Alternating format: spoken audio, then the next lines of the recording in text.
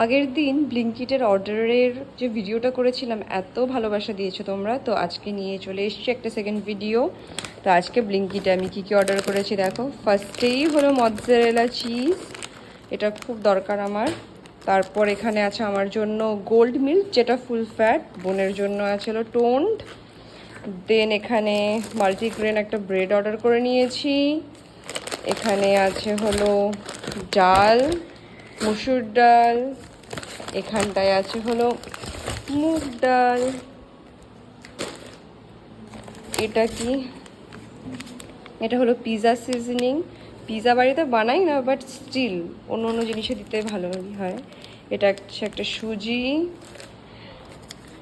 First time try করব হলো এই আশীর্বাদ ঘিটা, দেখা যাক কেমন হয়। দেন আছে তেল, এখানে আছে সানফ্লাওয়ার অয়েল,